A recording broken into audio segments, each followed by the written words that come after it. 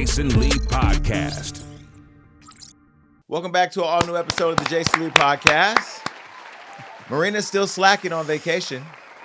What I don't understand is, how is it that I own all the companies, all the shows, all the broadcasting, and I don't get no time off, yet she's the supervisor and producer and she gets this much time off? Well, we're on a hiatus. That's what happens. Are we? Are we ever on a hiatus? No, we're back. Listen, shout out to everybody that listens to the Jason Lee Podcast, the Jason Lee Show, anything Hollywood Unlocked. You know, we call you the Gag Nation. You are the Gag Nation. Will always be, forever and a day. I feel great. Although I do feel, again, like I'm coming down with a cold. I'm not anemic. All my blood work's back, so we know that nobody that popped in for a weekend has done anything negative to me. I'm great. And I just want to say to everybody here, thank you so much for coming back. And I want to say, I know the last 10 months, I have not seemed like the Jason Lee you know, because I am in a campaign and I don't want to scare them people. I have to be tempered and measured and strategic and smart about how I approach the upcoming election. As you all know, I ran for Stockton City Council. I moved back home, running for that thing, and I am putting in the work, and we have been working our ass off. It is literally 60-something days left until Election Day on November 5th.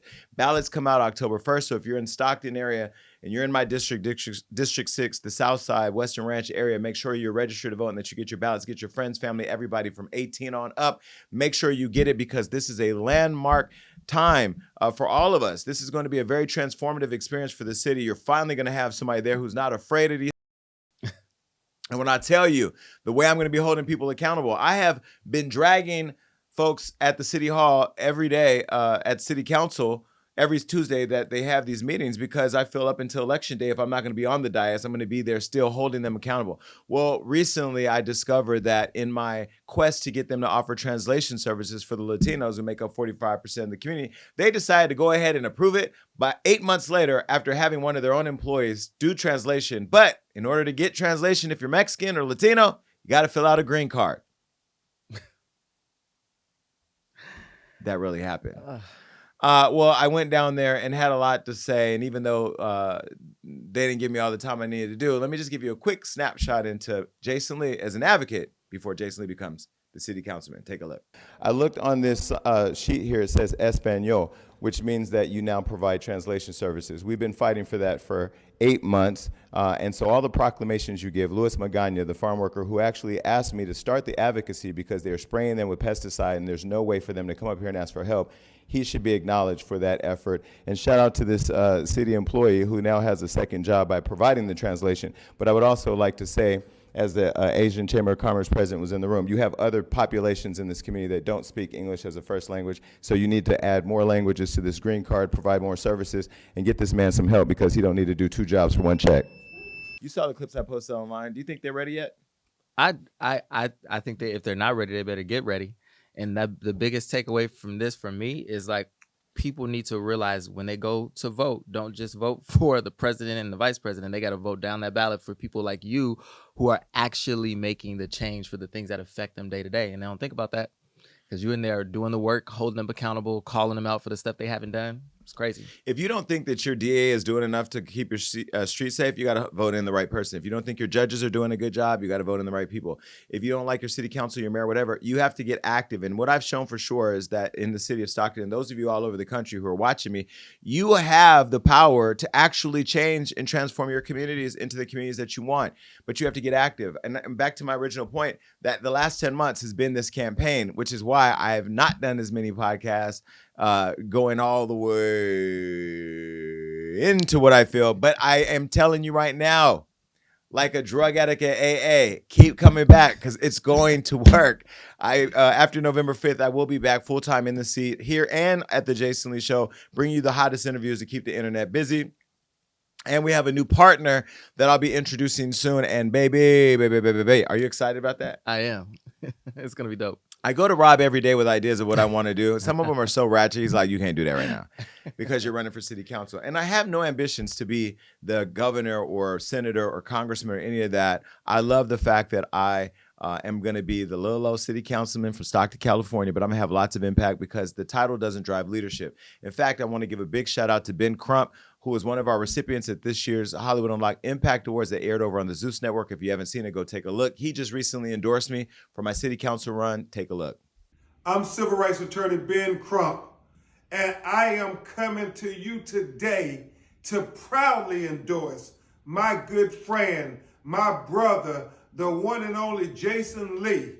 I can think of nobody better to help lead the city of Stockton, California than Jason Lee. So make sure you all go out and vote to give Jason a seat at the table to fight even harder for you, Stockton. All right. And so listen, even though I ain't won yet, let's go ahead and have our victory party.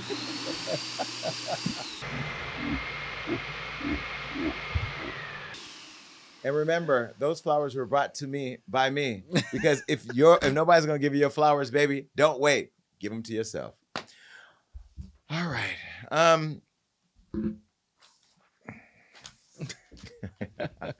There's a lot to talk about today. One thing I have to tell you is that I think a lot of people must be taking my kindness for weakness. They must be thinking that because I'm running for city council that I have changed. I have not changed. My daytime job is my daytime job. Hey, Stockton, everybody watching, yes, this is my daytime job. And even though people think that I have changed, I'm now going to show people after November 5th that I haven't fully changed, because I have a day job and I do it quite well. But like I said, I'm being tempered and measured. But don't let my kindness be seen as a weakness, because there have been people playing on my time in these social media streets, and I have not responded because I am waiting until I get through this election. But I will spin the block. First up has been, I was made aware that Josie Budden had a lot to say on the Joe Budden podcast. You know,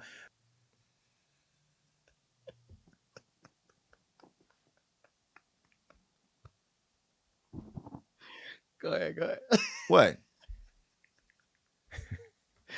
Oh, God. Okay. What? Because every time I turn around, she got something slick to say. I'll be back on November 6th. For those of you that don't know what I'm talking about, take a look.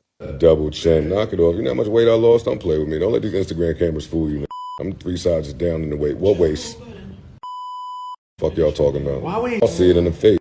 I'm slim in the face. Stop playing with me. And it's no Ozempic. I ain't them. Stop playing. Just discipline. A few dietary changes. Fuck they talking about? Yeah. I ain't sticking nothing in my arm. Yeah, what's up? And there's 2 scales in here right now. Say something else. Fuck is y'all talking to? Respect me in this piece at all times. Miss Hill, and don't fucking touch my hand again, Jason Lee. She heard that, Phil. She heard that. Yo, Jason Lee and Black. Come on, I'm about to be messy today. I'll be messy a little bit. Yeah, it's a Friday. Hey, yo, we turning up today, y'all. Prepare yourselves. Get your ears ready. Drop the at midnight. What's up? Y'all want to do a bleepless pod? What up? What up? Who tough for real in here? Who tough for real in here? Yeah, I know. Who tough for real in here? I bet you get bleep first. Who y'all talking to? I ain't y'all. Oh, well, Hey, yo, this is new trick. that's because I talk and put my nuts on the. All right, hit record. All right. Anyway, Josie, I'll see you soon. Then Amanda Seals, friend of the show. I thought we were cool. You're upset and taking no responsibility, all because I questioned her self-diagnosis of autism. That's a thing. Well, she recently had something to say, and I caught wind of it. Take a look. About me. Capitalism never cared about me. And, sure as hell, this slave owning forefathers America has never cared about me. Mm-hmm. So that has always been something that mattered to me. Like, of course, everybody wants to be useful. Nobody wants to be used. So when I look at people like D.L. Hughley, like Ricky Smiley, people like Yvette Nicole Brown, like Jason Lee, etc., and I see them so casually mention my name in a demeaning context that discredits me, I say to myself, they must not see me as a human. Wow. They're just seeing my commentary. Like, these are people who have actually met me, who have my phone number, who in some cases have been to my home, people who I have praised, I've paid reverence to, who I've sought guidance from, who I've heralded outside of their presence. They are able to access me for clarity and invite me into their space to say, hey, like, can you speak to this more? And instead of doing so, they've chosen to simply use me. And I believe it's because they've disconnected from their humanity. And there are so many cases where one can say, like, clearly this person is emotional right now, so let's not judge them. Let's give them an opportunity to clarify once they've calmed down, right? That's something that they have chosen not to do. And that's being human, is to do that. And I know that there have been so many times where I have been guilty of the same and failed to be that for other people. And unfortunately, it has taken me not being treated that way, with that type of simple, like, basic human regard, to see just how harmful it is to continue this practice, even though it's really become the norm. But I ain't never been the norm. And I do not want to be this kind of normal. I don't want to be like Ricky Smiley and Yvette Nicole Brown and DL Hughley and Jason Lee and the rest of you people who see this as a valid way of interacting with individuals. Particularly those who, even on a basic level, consistently come forth with positive motives, even if their methods may seem unclear. So I wanted to make this statement because I want that from this. I'll come back after Kamala Harris is elected and we'll have a conversation then. But until then, take your meds. All right, it's time for the tea. What? It's time for Tea with Jason Lee.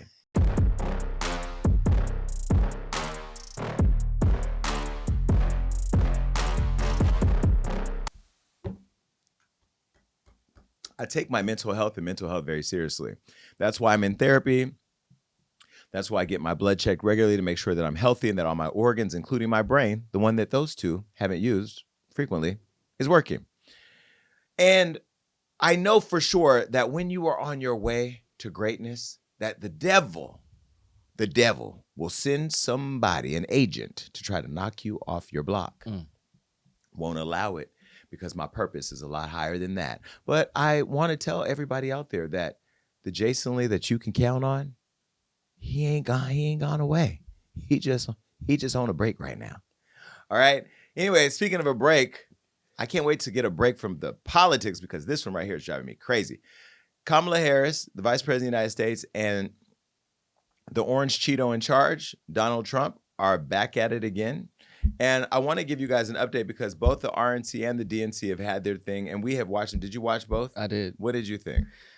I thought one was, politics as usual, and the other one was like high energy, really youthful, and I don't see why everybody has such a problem with it. Yeah. Donald Trump has... I think he is going into crisis mode, because Kamala has snatched all of the attention online. Now she's just sat down for her first interview with Tim Walz, the person that she has running as her running mate for vice president. After the recent Democratic National Convention, Kamala Harris has everybody, including me and Rob and everybody, shouting, "We ain't going back." And Donald Trump has been shaking in his horseback boots, resulting in his continued personal attacks against his opponent. Now, like his claim that the black and Indian vice president just turned black, well, to that crazy claim, here's how Harris responded in her first candidate interview with CNN. Listen. I want to ask you about your opponent, Donald Trump. Okay. I was a little bit surprised. People might be surprised to hear that you have never interacted with him, met him face to face. That's going to change soon. But what I want to ask you about is what he said last month. He suggested that you happened to turn black recently for political purposes, questioning a core part of your identity. Yeah. Any Same old tired playbook. Next question, please. That's it? That's it. Well, if you remember, Donald Trump was one of the people, if not the only person, who was doing the whole birther movement during the Obama administration, where he said that Barack Hussein Obama, he likes to call his middle name out in order to make you believe that he's a terrorist. That's how he gaslights hate and racism. He's the one that was responsible for the whole birther movement, and claiming that Barack Obama was non-American. And then Barack Obama later went on to provide his birth certificate to hush the noise because he had fanned flames of racism, questioning Barack Obama's blackness. And people of color like me, especially somebody who's mixed, it is the playbook. I am defending my blackness all the time to some of you and to others. And black people always have to defend where they come from, who they related to, bloodline, how black are we? We black, no cookout. It never stops. And I'm sure as somebody who's biracial like Kamala, she's had that experience her whole life, but she also knows that that has been the Republican playbook over the last several years. Harris also addressed the border crisis and blamed Trump for killing off a bipartisan bill in order to address the need that everybody in the world has been asking for as it relates to strengthening America's borders. Take a listen. During the Biden-Harris administration, there were record numbers of illegal border crossings. Why did the Biden-Harris administration wait 3.5 years to implement sweeping asylum restrictions? Well, first of all, the root causes work that I did as vice president, that I was asked to do by the president, has actually resulted in a number of benefits, including historic investments by American businesses in that region. The number of immigrants coming from that region has actually reduced since we began that work. But I will say this, that Joe Biden and I and our administration worked with members of the United States Congress on an immigration issue that is very significant to the American people and to our security, which is the border. And through bipartisan work, including some of the most conservative members of the United States Congress, a bill was crafted, which we supported, which I support. And Donald Trump got word of this bill that would have contributed to securing our border, and because he believes that it would not have helped him politically, he told his folks in Congress, don't put it forward. He killed the bill. A border security bill that would have put 1,500 more agents on the border. And let me tell you something, the Border Patrol endorsed the bill.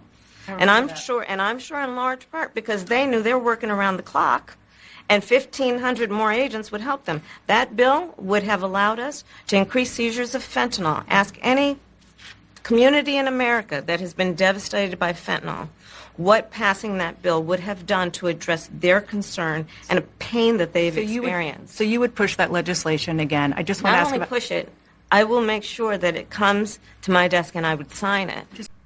I believe there should be consequence. We have laws that have to be followed and enforced that address and deal with people who cross our border illegally, and there should be consequence. And let's be clear, in this race, I'm the only person who has prosecuted transnational criminal organizations who traffic in guns, drugs, and human beings. I'm the only person in this race who actually served a border state as Attorney General to enforce our laws, and I would enforce our laws as president going forward. I recognize the problem. Generally speaking, how should voters look at some of the changes that you've made, that you've explained some of here in your policy? Is it because you have more experience now and you've learned more about the information? Is it because you were running for president in a Democratic primary? And should they feel comfortable and confident that what you're saying now is going to be your policy moving forward? Dana, I think the most important and most significant aspect of my policy perspective and decisions is my values have not changed. You mentioned the Green New Deal.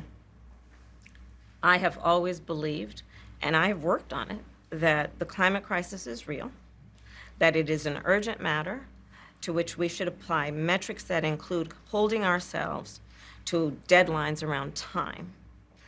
We did that with the Inflation Reduction Act. We have set goals for the United States of America and by extension the globe around when we should meet certain standards for reduction of greenhouse gas emissions, as an example. That value has not changed. My value around what we need to do to secure our border, that value has not changed. I spent 2 terms as the Attorney General of California prosecuting transnational criminal organizations, violations of American laws regarding the illegal passage of guns, drugs, and human beings across our border. My values have not changed. So that is the reality of it. In 4 years of being vice president, I'll tell you, one of the aspects to your point is traveling the country extensively. I mean, I'm here in Georgia. I think somebody told me 17 times since I've been vice president in Georgia alone. I believe it is important to build consensus. And it is important to find a common place of understanding of where we can actually solve problems. On that note. Now listen, you have to watch this and listen. I like to watch a person's body language as they're talking. I think Kamala did a very good job of staying safe and staying on message. I think she talked a little too much on fracking. I didn't know what fracking was. I'm learning about fracking.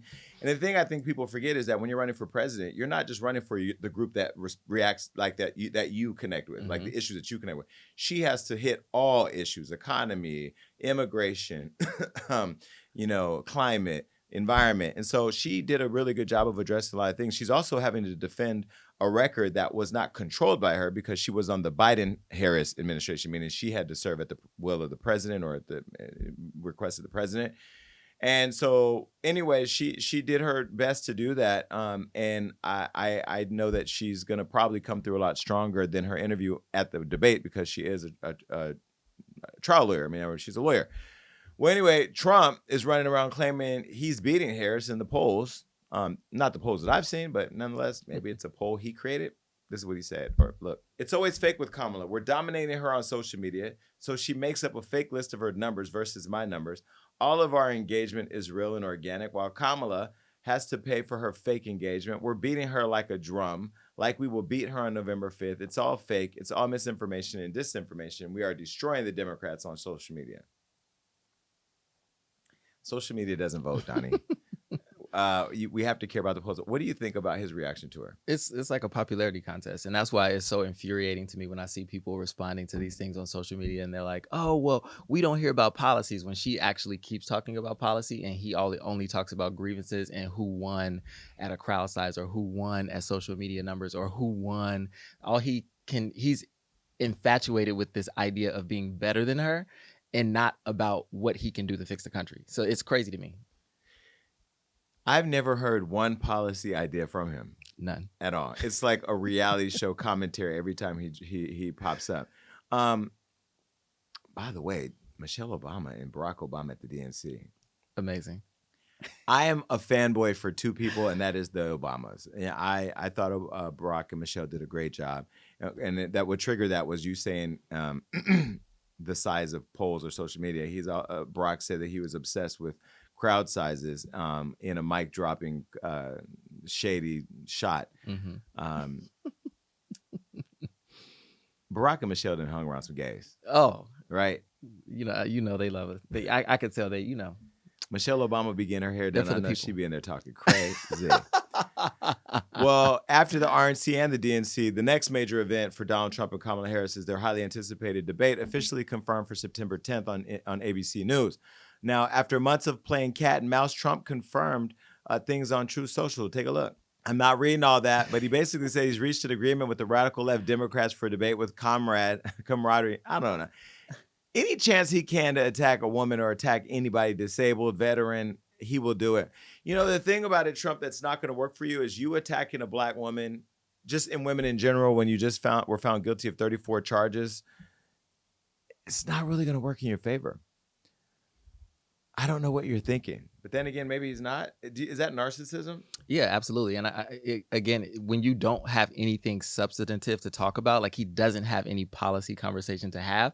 So the only thing he can go to is attacking her on her looks. Oh, I look better than her. I'm more attractive than her. Oh, he has nothing else to talk about. CNN added that for the debate, microphones will be muted as the other candidate speaks. There will be no written notes allowed, and there won't be a studio audience. So that means this is kind of like a setup. Yeah. Because somebody who cannot control themselves, who's not disciplined, and who's not structured enough to deliver a message, to stay on message, and to deliver it right at if you watch my city council meeting, I know I have 2 minutes to talk. I know I have to form a thought and execute it in 2 minutes. I end right when that buzzer goes off. He's not that thoughtful. And on top of that, without any notes and any preparation, you're going against a trial lawyer who's been doing this for years. It's a setup, but a good one nonetheless. And I will be there September 10th at ABC watching. Now, in addition to the upcoming debate, Trump also has to prep for his next court hearing.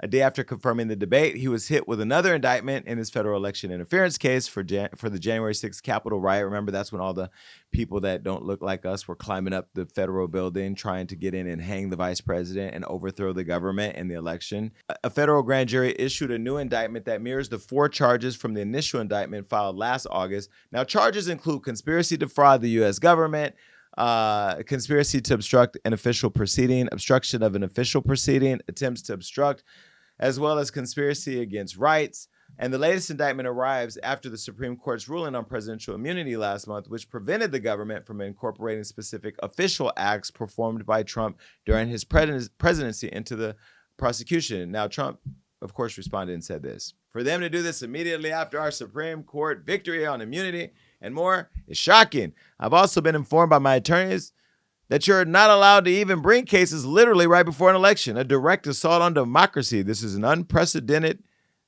abuse of the criminal justice system. The case has to do with conspiracy to obstruct the 2020 presidential election when they are the ones that did the obstructing of the election, not me. They cheated on the election, and they go after me for cheating on the election." Is somebody reading his stuff? No. You know he is not allowing that to happen. I posted on my Facebook that I'm having campaign fatigue. I'm also having politics fatigue in general. I want it to go away. Just end. Ugh. Yeah, bye. But please register to vote, people. And please rewind all of that last part and watch it all again and think about the type of world you want to live in. I want to wake up every day and hear from our elected leaders what they're doing to make the economy stronger, to end this inflation that's out of control, to bring better jobs for working class people, and also create pathways for people who want to become entrepreneurs, or support for those who are entrepreneurs to become stronger, so that way we can thrive in this horrible economy. California, I don't know what you're doing, but I want to break up with you. If I wasn't running for city council, I'm going to tell you right now, I'm going to win. But if I was to lose, I will leave California. I will leave California. I'm not going to lose, but if I was to lose, if Kim Wormsley went and stole all the voting boxes and somehow stole the election like the Republicans tried to do in 2020, I will move out of California. I am breaking up with you. These tax prices are insane. Gas prices are insane. Everything in this state is crazy, but the weather, and even that ain't enough to stay here. I have a pool in this house and down go to in Stockton. Now I got to build a pool there because I need to be able to go in the water. I'm over California, but this is why we have to have people who get involved. You know, the power company in Stockton called PG&E. They're throughout the state too.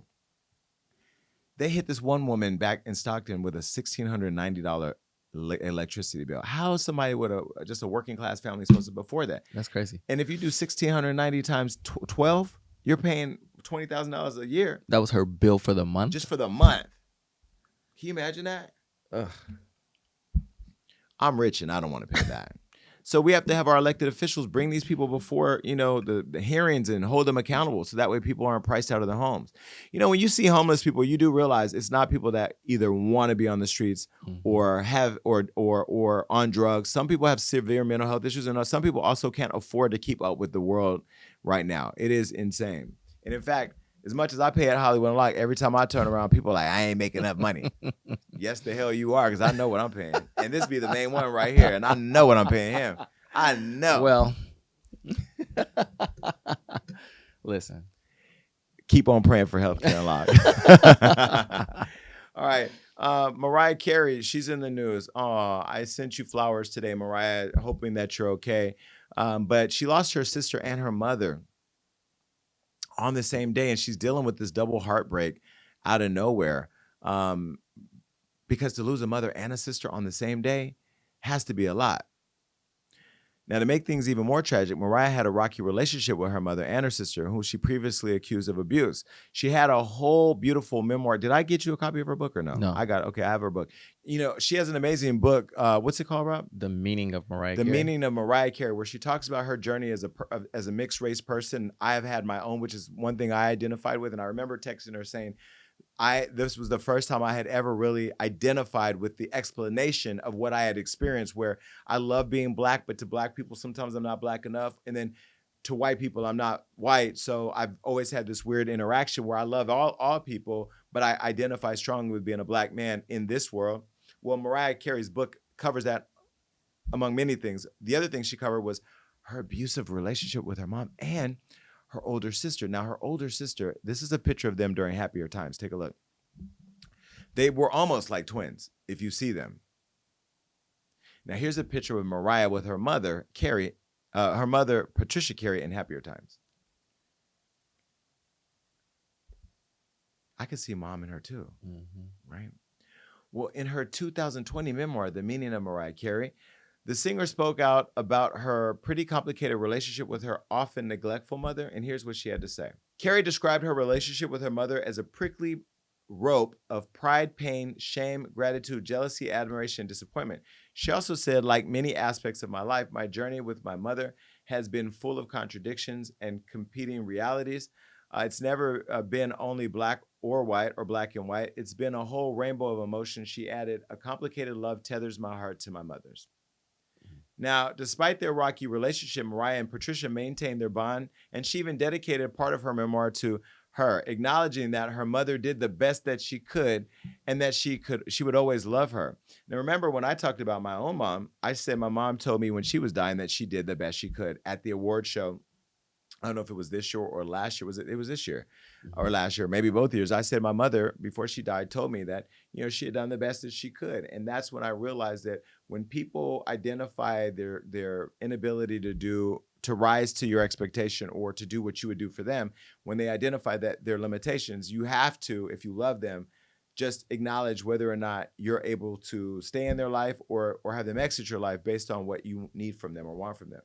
Well, that sounds like she had a similar issue. I think her mother was a singer, and so her mother was probably competing with her. I mean, your daughter becomes the most amazing vocalist in the world next to Whitney Houston, but also one of the most successful writers and singers in the business with memorable songs that'll live on forever. And I'm sure if your career didn't add up to a fraction of that, you would feel some type of way, even if it is your own child. Well, sadly, Mariah and her sister, Allison, were also estranged after falling out in the 90s. Now, we really got to know more in her 2020 memoir when Mariah alleged that Allison once drugged her and then tried to sell her to a pimp at just 12 years old. Now, Allison, for those of you that don't know, she also had a severe, I believe, drug addiction, and she was HIV positive or had AIDS, and then was trying to extort Mariah years ago, where she wanted Mariah to give her money and take care of her and try to publicly shame her for not taking care of her whole life, because Mariah's life had Mariah's life turned out to be pretty successful, whereas the other one panned out to be, not. Well, while writing about Allison, Mariah also mentioned their brother Morgan Carey, who sued her for emotional distress and defamation after labeling him an ex-drug dealer. Here's what she had to say about her brother. Through the years, both my sister and brother have put me on the chopping block, sold lies to any gossip mag or trashy website that would buy or listen. They have attacked me for decades, but when I was 12 years old, my sister drugged me with Valium, offered me a pinky nail full of cocaine, inflicted third-degree burns, and tried to sell me out to a pimp. Man. Now, we're going to get to what Mariah had to say, I'm sure, but Mariah did release a pretty positive statement about passing to both of them. But if you did all this to me, you're not getting a statement.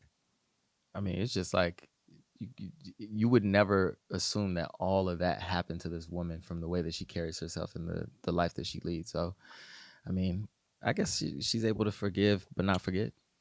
I mean, Mariah's had some public battles. They've made claims of drinking a little too much, latent diva behavior, being very difficult. We didn't find Mariah difficult to work with at all. She's kind, super sweet. There was that time where she had that meltdown on MTV where, she had the whole, I think she was exhausted or dehydrated or whatever, maybe a combination of both. So she's had her things, and maybe this was a derivative of dealing with this kind of shit, right? Mm-hmm.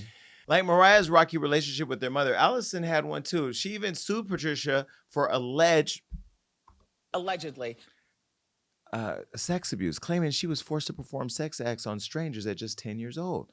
and was forced to watch several satanic rituals as a child. Now, Allison claimed that she'd been diagnosed with PTSD and depression and was seeking compensatory damages for her alleged psychological, emotional, and physical abuse. Now, less than a year later, Allison then sued Mariah for $1.25 million for emotional distress over the abuse claims in her memoir, which she said had no evidence to support. And then 3 years later, Mariah has now confirmed to people that, they both have tragically died on the same day. Well, here's a photo of Mariah on her mother and sister's death. My heart is broken that I've lost my mother this past week, and sadly, in a tragic turn of events, my sister lost her life on the same day. I feel blessed that I was able to spend the last week with my mom before she passed. I appreciate everyone's love and support and respect for my privacy during this impossible time. Now, Allison and Patricia's exact causes of death are unknown. That hasn't been released. And although Allison was a former prostitute and recovering drug addict who was diagnosed with HIV in 1990, her close friend and caregiver, Dave Baker, said she didn't pass away from HIV or any cancers.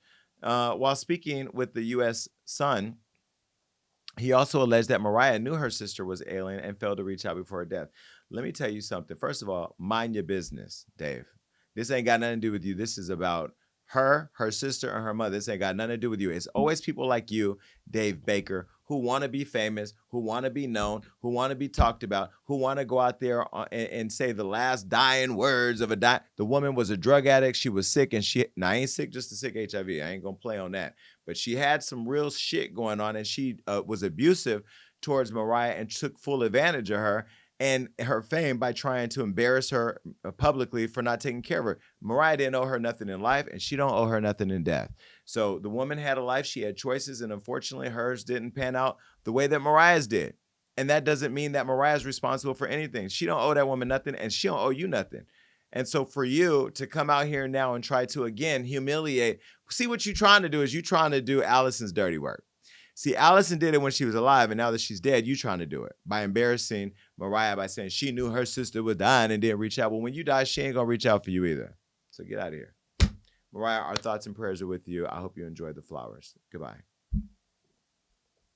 I hate people who do that. I never really understood that part of fame, that when, I refuse to accept that I'm famous. I know that I'm known. I know people know who I am. I know there's millions of people watching and listening and whatever, and I know everywhere I go, people know who I am. Mm-hmm. That said, I still feel like fame is like a thing that, it's this weird thing, like people want to be famous. I don't want to be famous. I want to have impact, but I've never thought about the impact that celebrities have when they become famous on how people want to pay all the bills.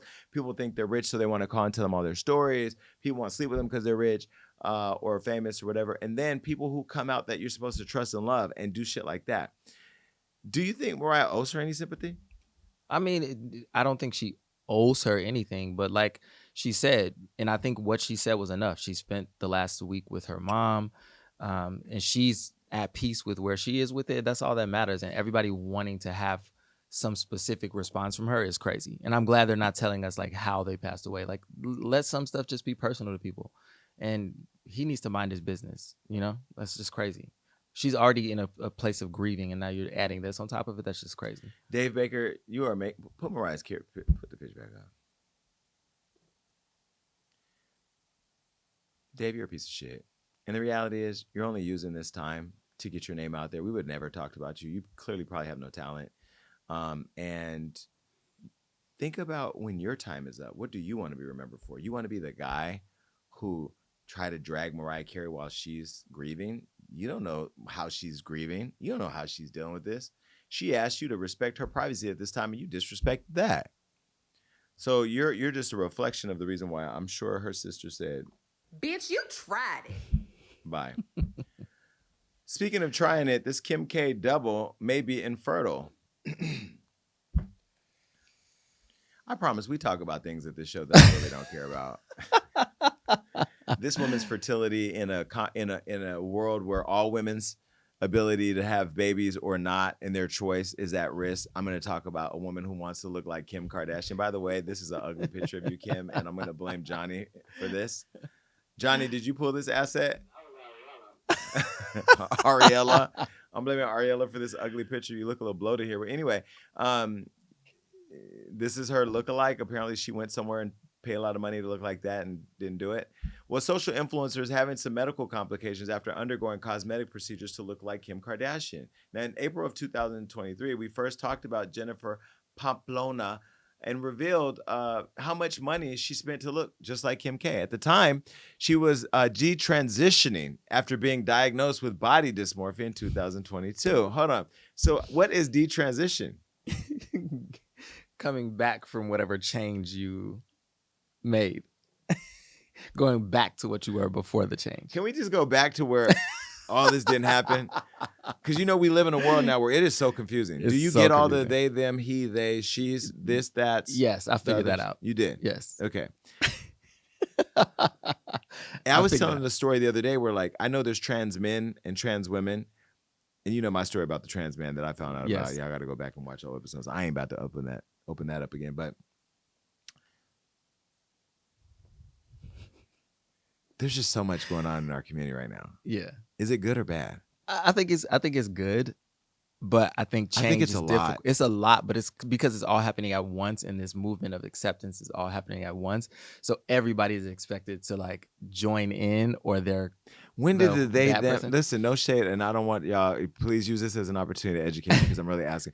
When did the they them thou art them thy movement happen? Like when did that happen? Because I don't remember ever wanting to be called they, them, though, thou. Like who created that and why? I don't know. I would have to. I need anybody out there who is an expert on they, them, he, she, him, them, thou, they aren't.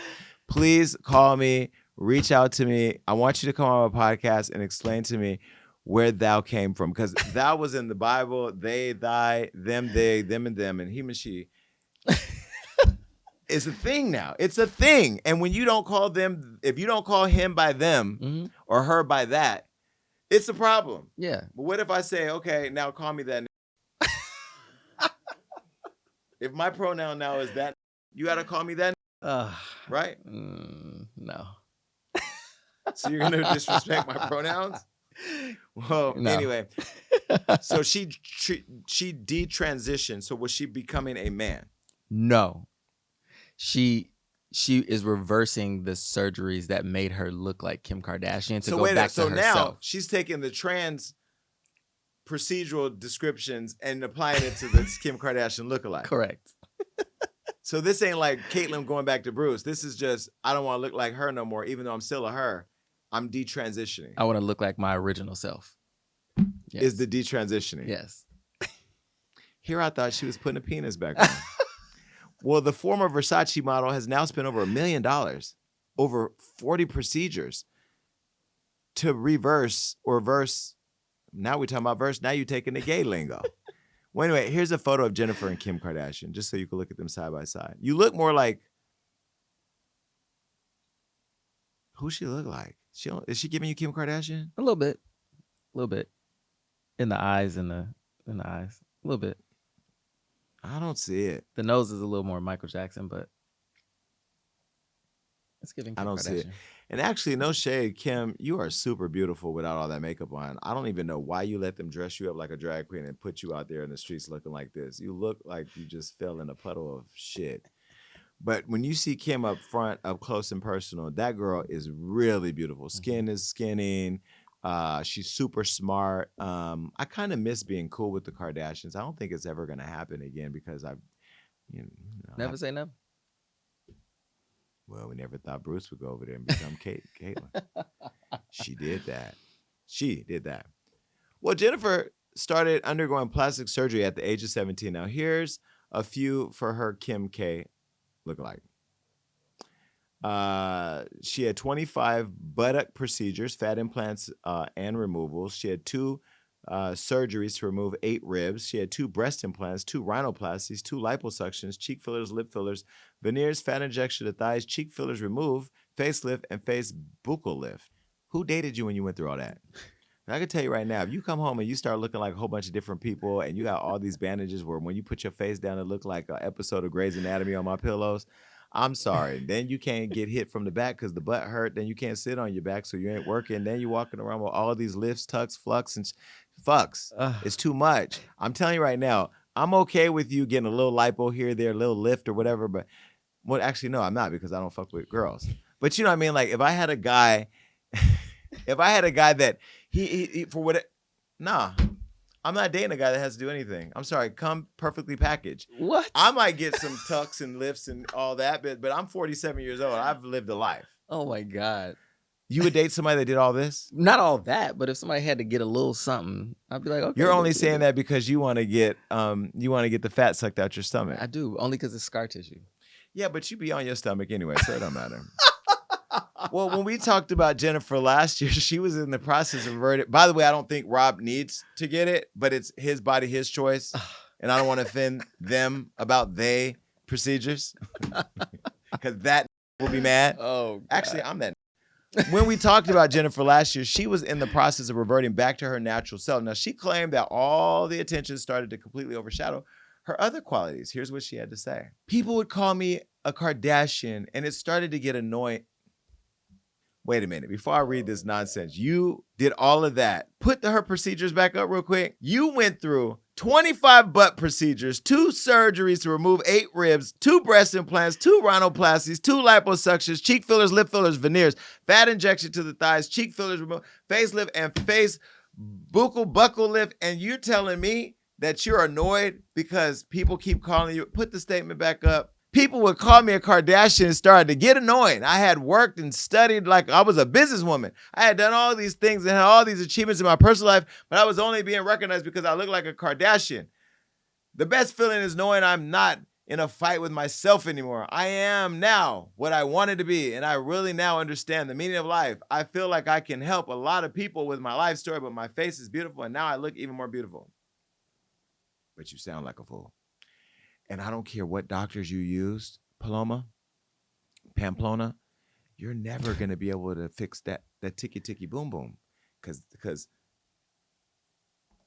Bling, bling, bling. Bitches is mad. But that's what you pay to look like. You pay to look like her, and now you're upset that the doctors did their job. That's like paying to go to Chick-fil-A to get a Chick-fil-A sandwich and then eating too many of them and getting fat. You quit going to Chick-fil-A. But either way, now you're trying to detransition your body, but you can't what? She can't detransition her mind. Now, you're only 31 years old. You know you don't age like we do, first of all. So you know this 31 gonna turn into 51 real fast, Jennifer.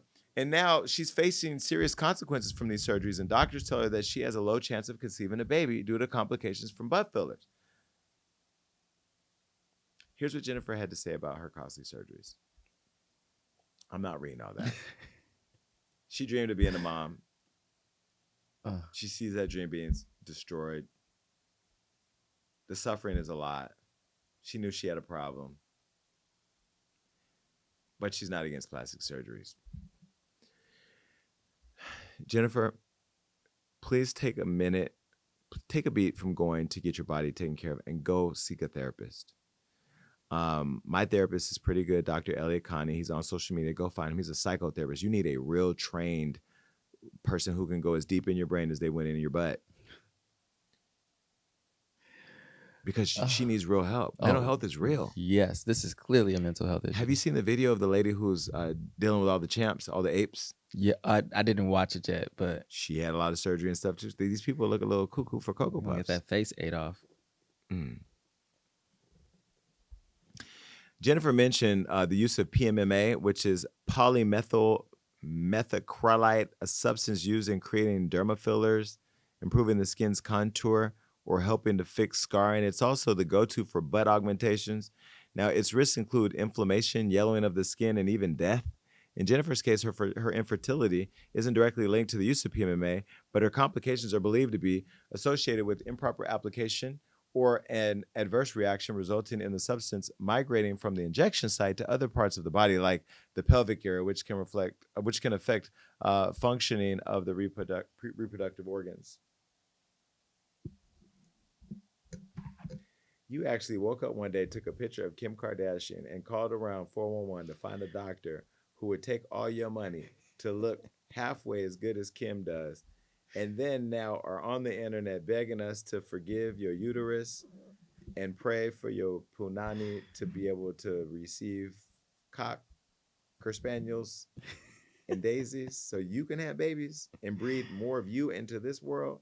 We live in a world right now where we need to figure out what's going on with Kamala. Detransitioning is for Kamala. Like, we need to get your group together and donate some money to this presidential election, because at this point, there are bigger things to worry about instead of your butt. I have no empathy at all for people who do crazy things. Now, if you come out and you say you have mental health, I'll change my tune and I'll feel sorry for you somewhat. But at the end of the day, you literally took a picture of Kim Kardashian and went around asking people to pump you up. You got it. And now you're here asking us to feel sorry for you, but you still support. I don't know what you're talking. Please don't have no kids. Everybody don't need to have kids, right? Yeah, definitely. I don't, or at least get some help before you have kids. That's her choice. Yeah, yeah. Or, you know, take some of that $1 million that she's using to get a surrogate. Yeah, get a surrogate, get in vitro, whatever. Just do something to secure the future of your possibility to have a baby. Maybe you can't carry it, but there's other choices. You can adopt. CAT scan? A CAT scan? Yeah, that's where they scan your brain. Oh, yeah, she should do that for sure. I think she just needs to sit with a therapist, like you said. That she needs to take the mental health seriously, because you got what you wanted, and now you're upset you got what you wanted. Makes no sense. But the way you're complaining about the pressure of looking like Kim Kardashian when you spend $1 million to look like her, make it make sense. Goodbye. One of my faves is up, Jada Waiter, and she's talking about her son's sexuality now. Listen. Jada, first of all, let me see. I saw a little baby went to jail. That's your baby daddy. I know y'all still be talking. I know he got caught with that gun. I saw him tell the security guard that he would give him $200,000 a year to call whatever number he needed. Tell little baby, put my number in his phone. The next time he's getting arrested, to text me, and I will call anybody he wants for $200,000 a year. Okay? Well, we're not here to talk about that, but I know Jada's connected to baby, and she can get the message across. Well, as social media users continue to question the sexuality of Jada's 5-year-old son, Jada is clapping back. Now, Jada is the baby mom, as I told you, to Atlanta rapper Lil Baby. She's also a successful entrepreneur, and she is a black woman about town doing her thing. Well, the two share a 5-year-old boy named Loyal Armani Jones. Now, the rapper also has an 8-year-old named Jason, whom he shares with his first baby mama, Aisha Howard. Here's the baby, his sons, and Jada. So cute. And before I say anything else about baby, I actually like their relationship because Jada does a really good job. You don't know who these people are, right? I do know who they are.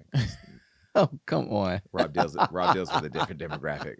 But they do a great job of co-parenting and holding each other down. And I really think they're the love of each other's life. But, you know, baby is in these streets, baby. Well, now Jada recently took to her podcast, Act Normal, and told her bestie and co-host rapper Des Dior about people bringing up her 5-year-old son's sexuality.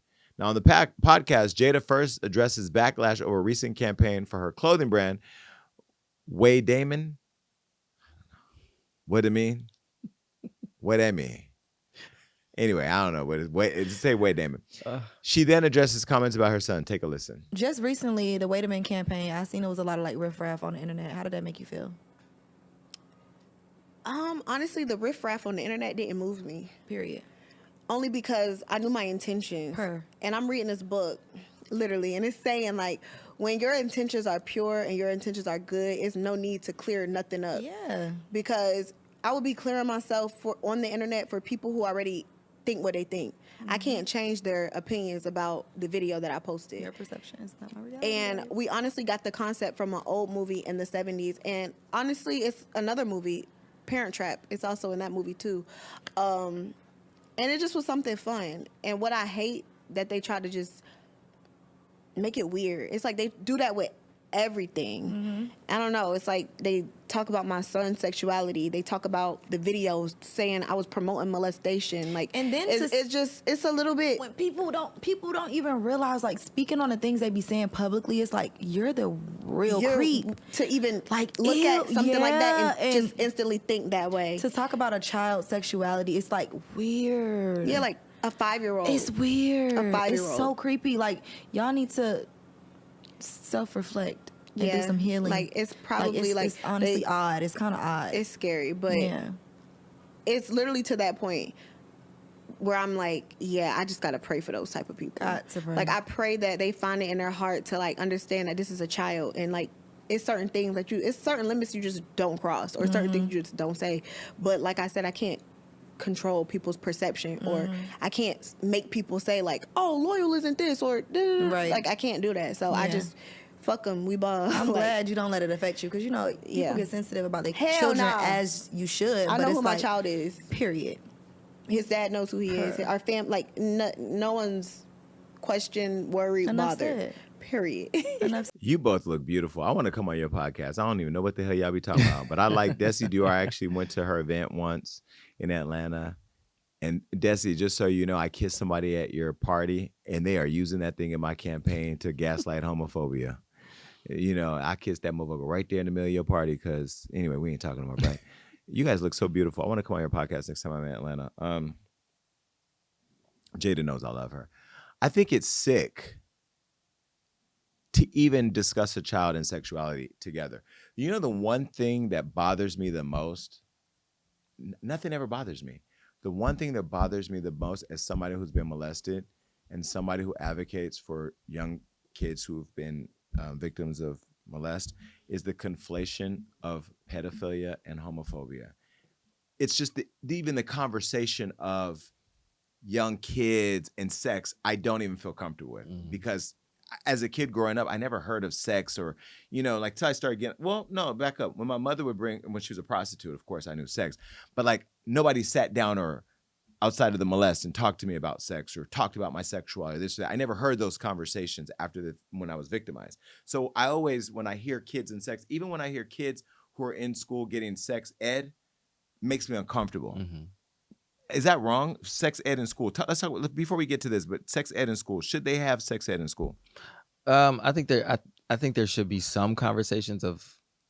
I don't think it should be specific to like too much detail about sex, the act of sex, but I think understanding who we are as like how we identify as male and female, whatever. I think that can be a conversation, but to a limit to where parents have a say in like what the conversation is with their children. Yeah. But or even have approval. So like if it's an elective course, I need to say I consent the school to teach my kid this. Yeah, I think based on ability to see curriculum. Do you think they should be talking about gay, trans, straight, bi, all that in school with kids? No, I think it's unnecessary. And I think when we start to put those conversations into the mind of children, because they're not even thinking about that, they're not worried about that. But I think when we provide too much information in that direction, then it becomes a topic that they have to navigate way too early. Like we weren't having those conversations. We were not. Kids. Hey, listen, I know a lot of people from my community are going to be mad that I said that. That is not being anti-gay, anti-trans, anti-bi, anti-self-identification.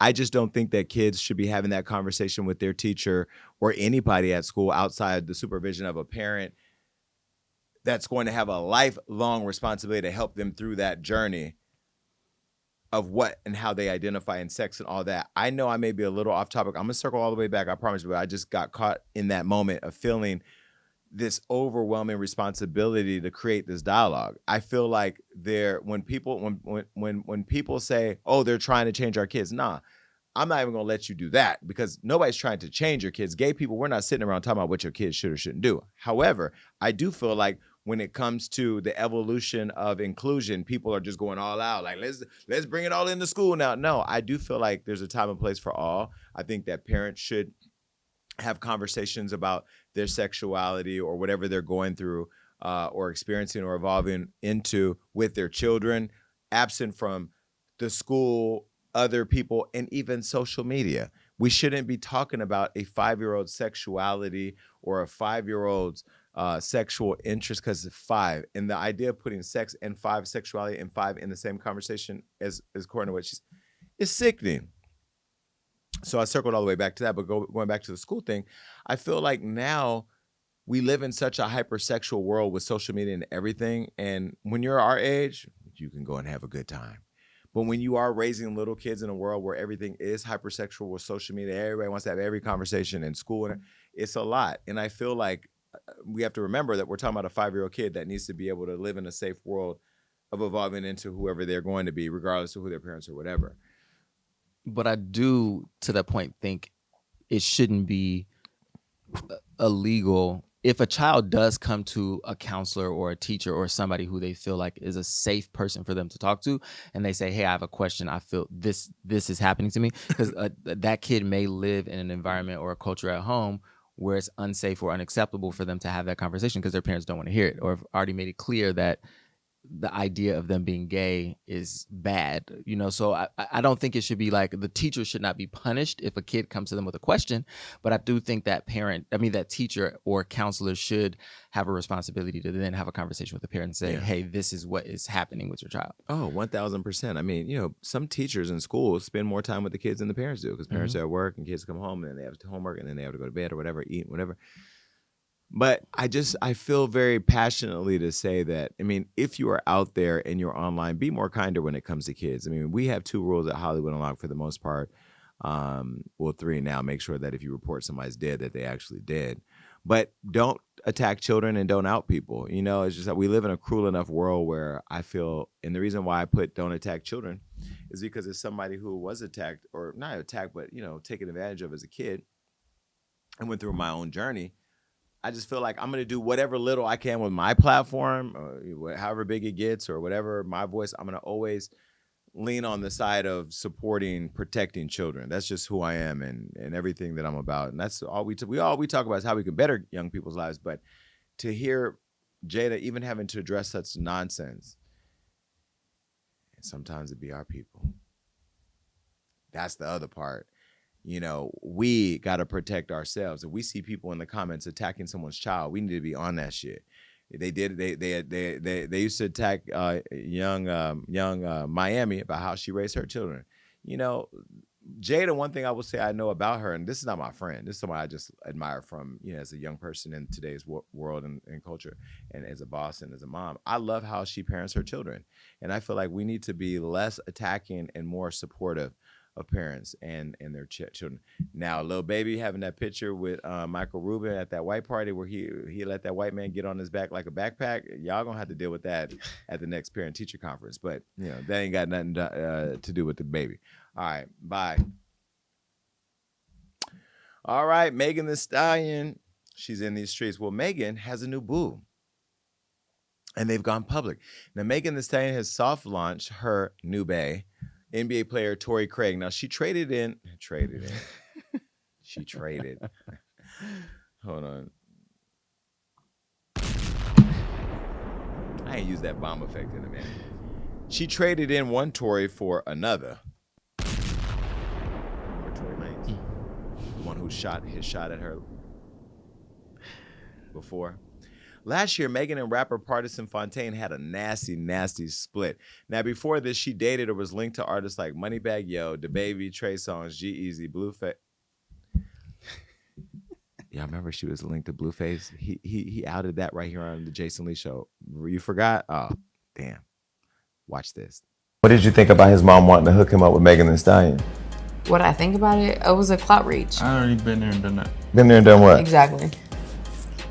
Next question. Are you saying you slept with Megan Thee Stallion? Didn't say that. Did he sleep with Megan Thee Stallion? I don't know, but it'll really give me an insight if he do. If he did. 5 years ago, XXL freshman. Like, for real? Jason, I did all of the stuff already.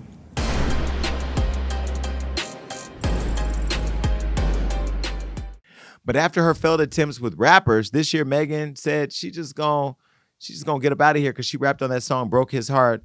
She said, I'm done fucking rap niggas. We're the athletes. And after party, Megan hit up a wedding with Belgium soccer player Romelu Lukaku. And now the 29-year-old rapper has gone public with 33-year-old Chicago Bulls power forward Torrey Craig. Now here's the side-by-side of Megan and Torrey, just so we can get into their mugs. Okay.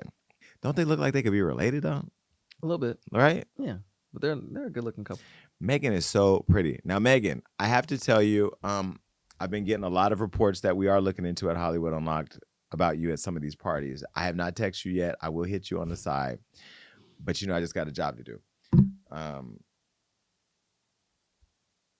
She soft launched this boo in a post and deleted on TikTok. She shared a couples challenge video to her story. Take a look. Most likely challenge couples edition. Who's most likely to get arrested? Who's the better kisser? Who said I love you first? Who starts the most arguments? Who needs the most attention? Come on. Who's the better cook? Who's the most spoiled? Who's the funniest? Who has the better style? Who takes longer to get ready? I do. Whose mother-in-law likes them more? It's too soon to go public, Megan. You know this isn't gonna last. We know it. We know. It might. It ain't. It's not. But Megan should be able to have whatever fun she wants.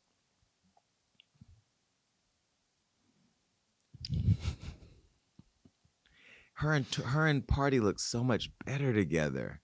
And he's an athlete who's all over the country, and you're a touring artist, y'all. I'm sorry. This thing is gonna go up in flames. When the last time you heard of a successful power forward? He's a power. He's gonna power. He's a power. Sierra. Who? Sierra. She's not touring. Well, I guess. But it's an athlete and musician couple, and they worked.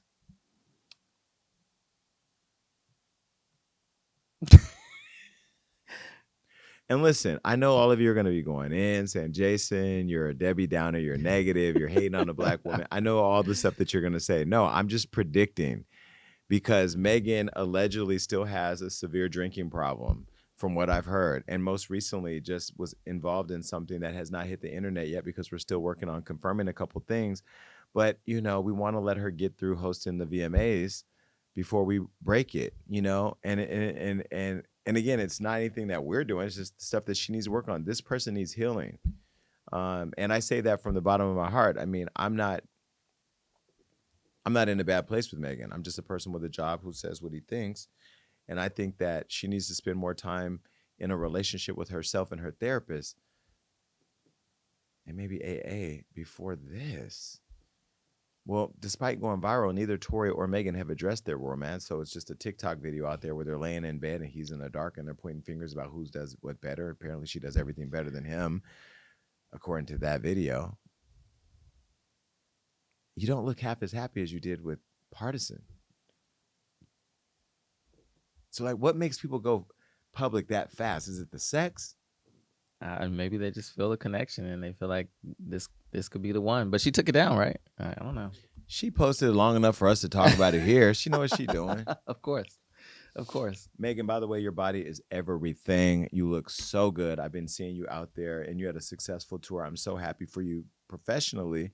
But I think personally you need some help, and I think deep down inside you have some issues that you're battling, which is why you keep hopping into these temporary relationships that end in violence and people going to prison and people rapping songs about you and you rapping songs about that. It's a lot. And I know 2 incidences in the last year that you outside acting out. It's just ain't nobody telling your business yet. Bye. Good luck. No, you didn't say he was Russell Wilson. I didn't say he was. I just said, you know, a musician and athlete relationship can work. First of all, Russell Wilson is a different type of man. Russell Wilson looked at Sierra and said, I don't care what's going on. I want you. Yeah. And he is. I mean, why we can't find one like that? Exactly. Well, Megan absolutely has a type. I mean, it's clear. Pathway to prison. Well, a lot of people say that Megan lied and Torrey shouldn't be in prison. You know, Whack 100 say he got proof. I'm waiting on Whack to do what he got to do. All right. Oh my God, Cam, my boy Cam is in the news. Cam Newton, marriage and divorce fears, baby. Cam Newton. Let me tell you something. One of the best shows ever created on earth is Funky Friday by Cam. Cam also participated in our award show this year. Cam is a phenomenal guy, and he is better looking in person than he is. Cam looks good. Yeah, he's tall. And he's built. It's a big old. And got good style. Like yeah. Well, some people don't like his style. I love like his style. Cam is he hasn't friend to the show yet because he hasn't come. He's friend of Hollywood Unlocked. He's been on our award show. He's a great guy. One of my favorite interviews I ever did. I always tell people, I think we're at 2.7 million views now over at the Funky Friday podcast with Cam Newton. Well, baby. Side note, have we heard anything about Club Shay Shay? I just thought about that. Shannon Sharp has been his podcast has been pretty dead, huh? What was the last one? Guess he wasn't built for it. Amanda Seales was the last one? Oh. You missed the joke. This is why I need somebody really black on the show. We're talking about the outfit he got. Okay, I got it. I was just a little late. It was a lag. I know I'm funny. Okay, I don't need to be on Wild 'N Out to get laughs. I said he wasn't built like that, you know? Yeah, I got you. Cam Newton has been trending all week over his controversial admissions about marriage and divorce. The NFL player turned podcaster recently revealed as a father of 8 kids by 3 different women, he wants more children, but is scared of marriage and divorce. Cam admitted this on his show Funky Friday, where he had a guest on. Her name was Dr. Cheyenne Bryant. By the way, Cheyenne Bryant, you are that girl. Right now, we followed you on Hollywood Unlocked. I didn't even know you were following us. You need to come over here. But I'm going to tell you right now, you come on my show and you read me, I'm going to read you back. Because after I saw you on Nick Cannon's show, I was like, man, and this one, I was like, yo, I need to bring her on here to read me. But then I will have to read you because you're just too good. And you say the truth that none of us want to hear. But that's why I love Cam so much, because he trusted you enough to come on his platform. And when I tell you they didn't edit it out, because you would have got edited over here. Dr. Bryant went on the show, and she had a lot to say. Take a look. See my situation. That's a very vague question, and this for you. What situation are you referring to that they're looking at and thinking is not high functioning? Just my life. Your life entirely, or your life in relationships? My life. See, don't deflect. Let's stay here. Your life entirely, or your life in relationships? Both, really. And they think that you're low functioning. No, I don't. You just said people see your life and think you're not high functioning. The opposite of that would be low functioning. No. Okay, so here you go. You're trying to take my intentions away from this. Can I correct it? Yeah, go ahead. Or can I give you more? Yes, more information. Heck yeah. So, I'm not married, right? I have beautiful children. How many? 8. I didn't do my research. I thought it was 4, but 8. Okay. No, baby. Cool. It's by how 8. many women? 3. And this is the kicker. I want more. Now. By multiple women? What's the intent? I just want God how about to your bring wife? them. I just want God to bring them. Oh, okay. And you have, so you just. Because my point is this. My desire to get married is lower than my fear of divorce. So, as you would say it, Dr. Brian, you said it, I didn't say it, I will agree. I'm just taking my time. You're not taking your time. I am, though. You're being very action-based. You're not taking your time. You're being very action-based. I'm taking my time. You're being very action-based. You have 8 kids with 3 different women. Yes. You are creating, procreating, and multiplying. That is not taking your time. You're being very selectively active, okay? So you're creating, and disclaimer, the kids are innocent, they are beautiful and amazing. Anything I say has nothing to do with them babies, because I can't wait to be a mom, and I love the kids, period. But you are proactively choosing where you want to be active at and where you want to take your time. You want to take your time in having a wife because of your own fears. But you will, and I say this with all respect and love, what I'm about to say next, okay, Cam? But you will selfishly create broken families, even if you're in their life and you're a proactive father, and I believe you're an amazing daddy. I can only imagine with just your presence and knowing you thus far. But these families are still broken. Every child cannot have Papa in the house with them. So some child, if not all, will end up with some kind of deficit without daddy being there. Now, you chose to do that. I'm not saying you sat there and woke up one morning and said, I want to be selfish today, so I'm going to go make a baby. Not saying that at all. But those are selfish acts at the expense of your fear. So at what point do you feel the fear, do it anyways? And yeah, that is a low functioning behavior. To say that I am going to create these homes. Let me go better. I'm going to build these houses and put kids and these beautiful women and kids in them, but I ain't going to create a home in them. I'm going to wait till I dissipate my fear to find a wife where I'm still going to be fearful with, because there's no such thing as not having some type of nerve or some type of feeling behind marrying somebody who you're spending your life with. And then I'm going to build a home with her while all these other beautiful babies have houses. That's completely unfair and it's selfish. Just tell me when I can talk. Yeah, almost. That's completely unfair and that's selfish. And so, yes, you're taking your time in this department, but you're not taking your time in this department, which means you're compartmentalizing.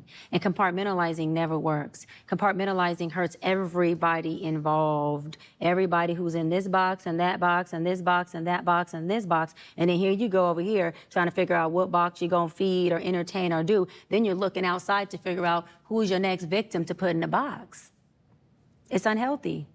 And it's a huge dysfunction within our Black community that I truly believe personally, statistically, mental health-wise, and community-wise, that Black men would stop. Black men would what? Stop doing that, that they would stop that dysfunctional behavior of compartmentalizing and creating houses, not homes, and then finally a home with the wife, and then you have all these other houses that are homeless. But you over here, at some point when you do get a wife, if you do, I'm saying if that's what you want, you will. You'll get whatever you want. You're trying to create a home. Totally dysfunctional and extremely, that's the epitome of selfish. Epitome of selfish. I'm done. You can go for it. Okay, say less. All right, so what identifies as a broken home? What you have going on with these, whoever you're not in the house with is a broken home. It's called a blended family. It's called a blended family. That means? That the family is blended. So blended So blended means broken? Yeah. Okay, so you're dating a man with kids.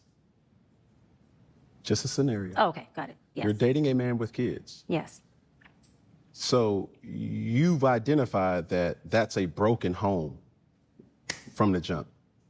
With your verbiage of blended family means broken. I've identified that I'm dating a broken man who is creating who he is. Because we could teach what we know, we create who we are.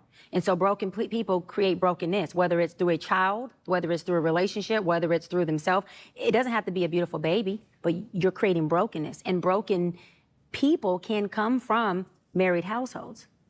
I'm not saying that a two-parent household can't create the result of a child who then has brokenness and creates broken blended families everywhere. I'm not negating that. That's not my point. No, I know, I'm making that point. But yes. But my point. My answer is I not only identified that those homes are houses without a home because he's not in them, yeah, but also that he's a broken man. I'll let you go. What do you think? She gathered him so crazy, and the expression of sadness and the acceptance of what she said on his face was insane. Like when oh my God, she gathered him all the way together. But I also want to say that there are generational reasons why the Black homes stay broken. And a lot of us you didn't come from one, but I did, and a lot of people that I know did. And a lot of our behavior is passed down generation by generation by generation. So I think what she was trying to do was address the whole issue of our broken family issue in the Black family, or the Black community. Because my grandmother had 15 children by multiple men and multiple whatever. They have multiple kids and multiple. I mean, it is what it is.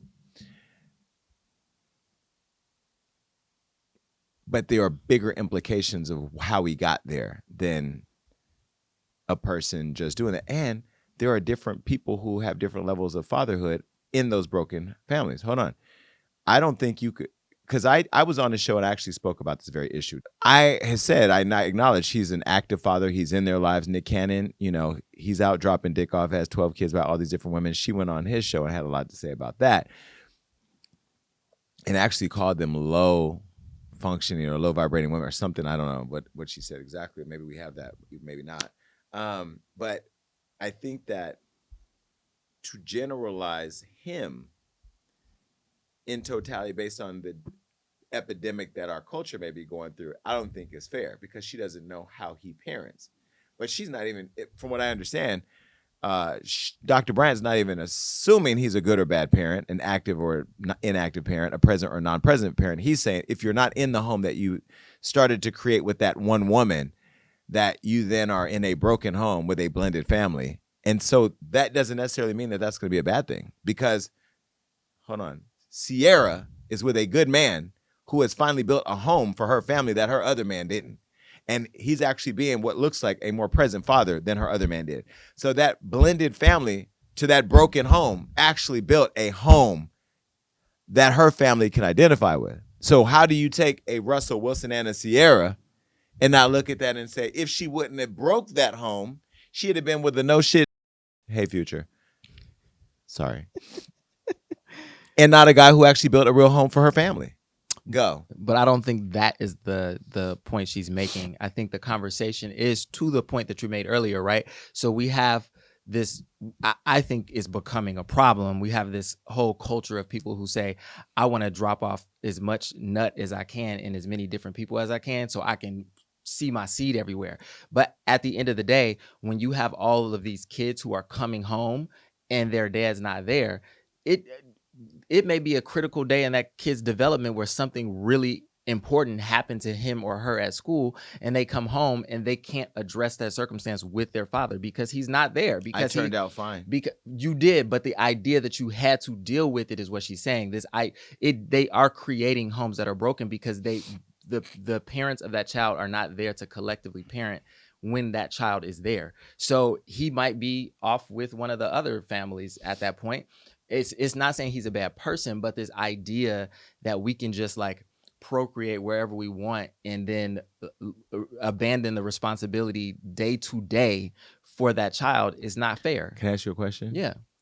If I decide to go have a child by myself with a surrogate, is that a broken family?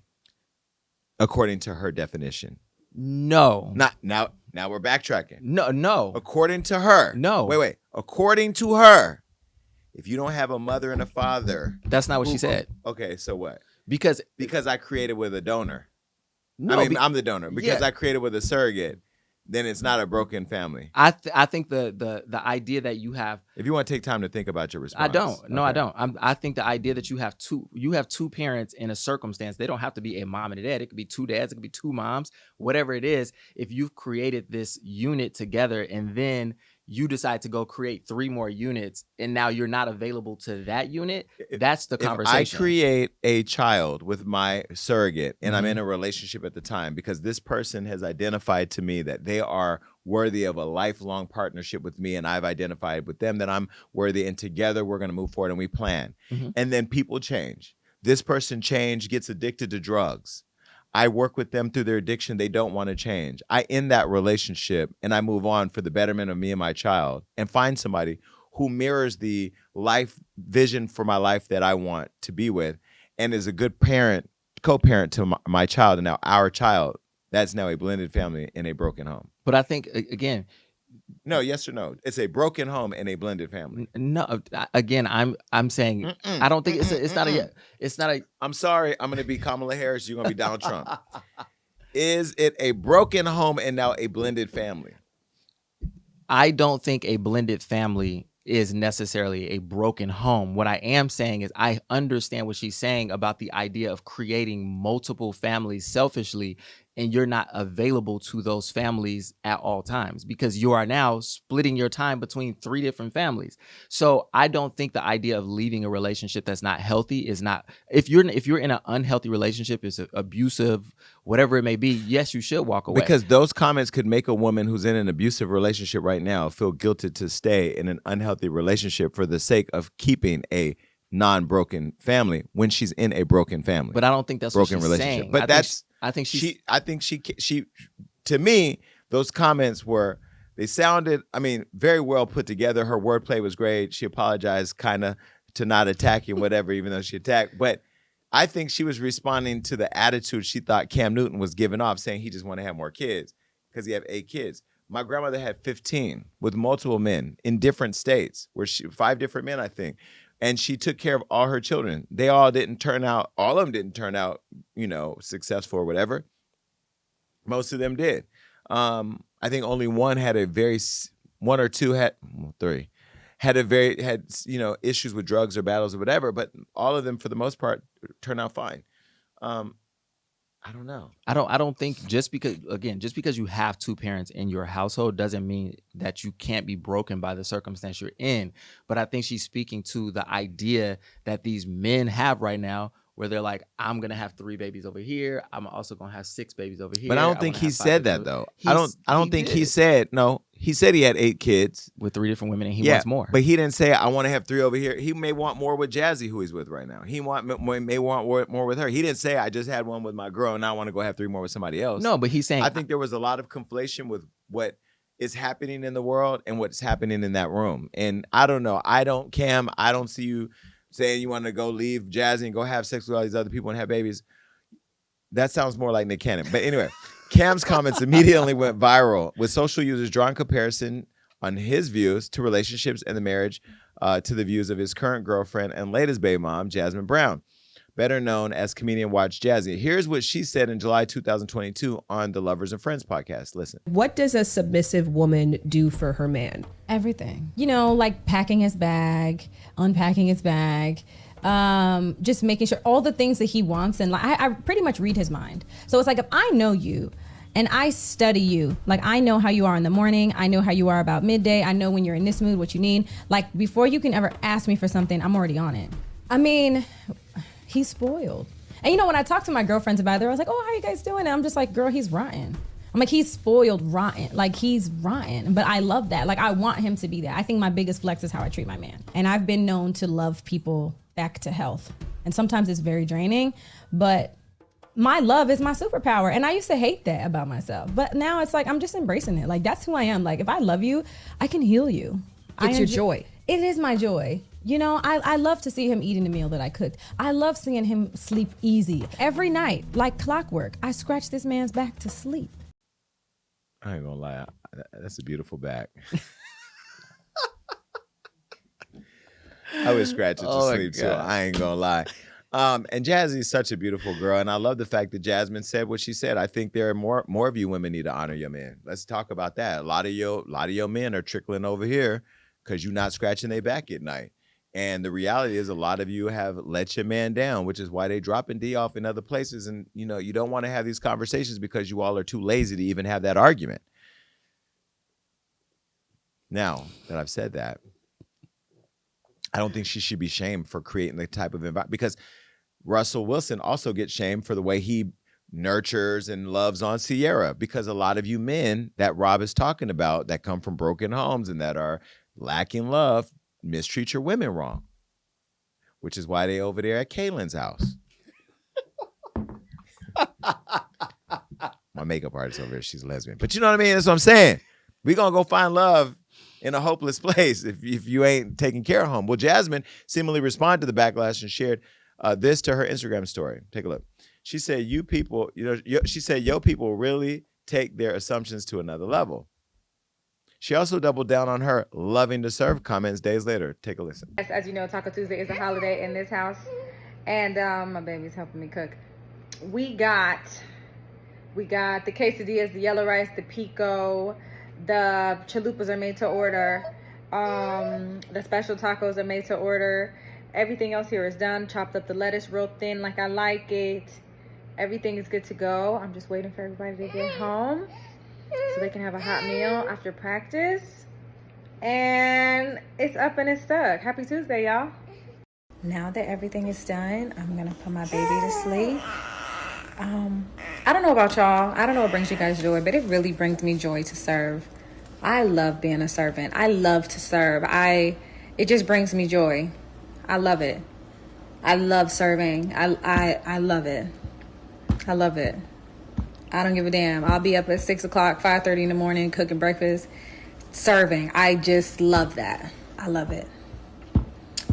Yeah. It's like, it just gives me purpose. And now with the new baby, now I just feel even more purposeful, especially like when I breastfeed.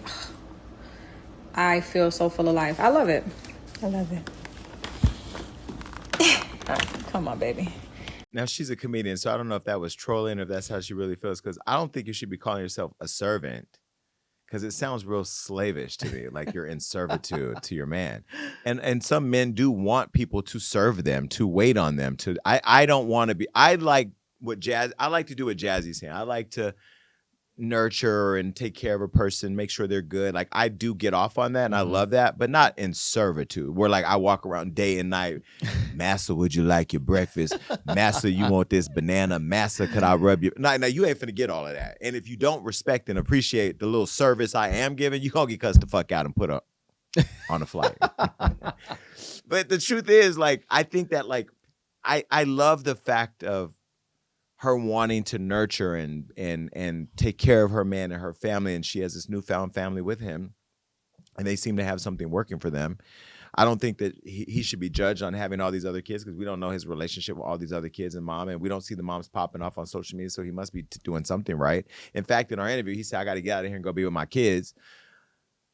So I don't want to lump him into being one of those guys, but I want Dr. Bryant to come on the show, because I have a lot to unpack with her.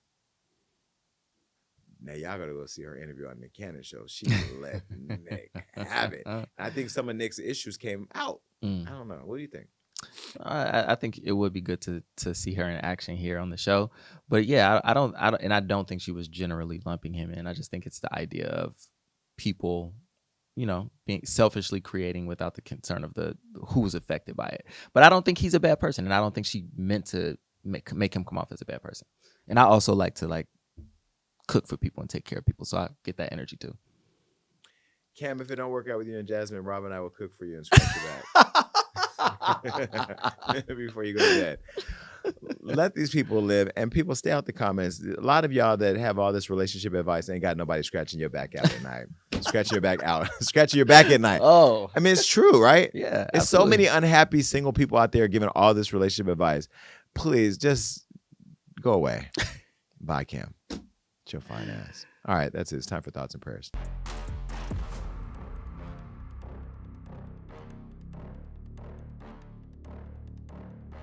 First, I want to extend our condolences and send prayers all the way up for the butterfly herself, Mariah Carey, and her family in their time of need. Now, we are again reminded of how precious life is and the importance of telling our loved ones how much you love them. Although families don't always get along, we must try our best to forgive and mend relationships that we can where we can. Now, when it comes to forgiveness and Donald Trump, the jury is still out on that one. Literally. His federal election interference case is racking up more charges than he can buy his way out of, and his big fat mouth keeps writing checks that he can't cash. But after throwing all those political jabs at Kamala Harris, Trump will finally come face to face with her, and we can't wait. But he claims he's beating her in the polls, but we know who will be winning that debate. Kamala. Trump's been talking a whole lot of smack, and we want to see him back it up once faced with Madam Vice President. Will Trump be able to hold his ground, or will he get eaten up like Dr. Bryant did to my boy Cam Newton? She ate that. Cam was dodging accountability like his last name was Trump, but if he wants to live his life being fruitful with many women, that's his business and his bills. Another business we can't keep our nose out of is hot girl Megan's. Now, she done popped up with a new friend in her bed. Hey, Torrey. Not that one, the other one. But as the summer comes to end, the hot girl has bagged someone just in time for cuffing season. Now, let me go do the same. That's it for this episode of the Jason Lee Podcast. We got it all out the way. It takes a village to make the show happen. I'm just letting you know. Make sure that you're subscribed and following us everywhere you can on social media, Hollywood Unlocked.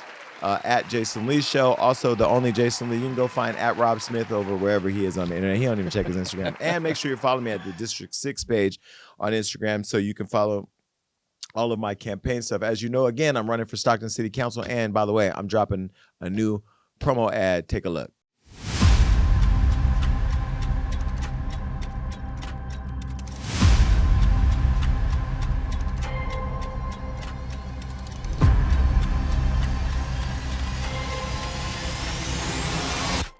It's time to change City Hall. I'm Jason Lee, born and raised in Stockton. I faced challenges growing up here, and today our city is in even worse shape. I'm running for city council because Stockton is heading in the wrong direction. Everything bad is getting worse and everything good is slipping away. City Hall can't get violence and homelessness under control. They can't even fix parks like McKinley, despite years of funding. McKinley Park is a symbol of City Hall's failure. Open-air drug deals, homeless families, and an empty pool. If they can't fix a park, how can they fix our city? Our current city council members want the title, not the work. With your help, we can reduce crime, open the promised Western Ranch Police Substation, and bring fresh ideas for our youth. We can get the homeless the help that they need while reclaiming public spaces. Let's expand the best treatment programs for addiction and mental health. We may not have all the answers, but we love our city and we will work tirelessly to solve our shared problems. If you want change you could believe in, let's fight for a stronger, safer, and better Stockton. I'm Jason Lee. Please vote for me on or before November 5th.